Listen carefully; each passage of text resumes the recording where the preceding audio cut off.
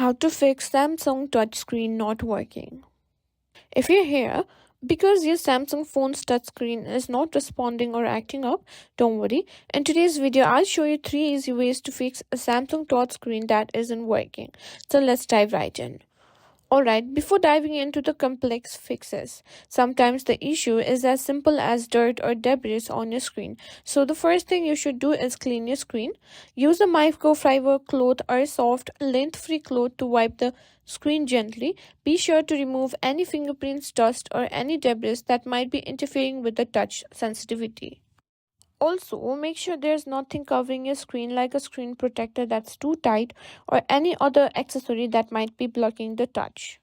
If your Samsung touchscreen still isn't working, the next fix is to restart your phone. Restarting can help clear your minor software glitches that might be causing the issue. To restart your phone, press and hold the power button and the volume down button at the same time.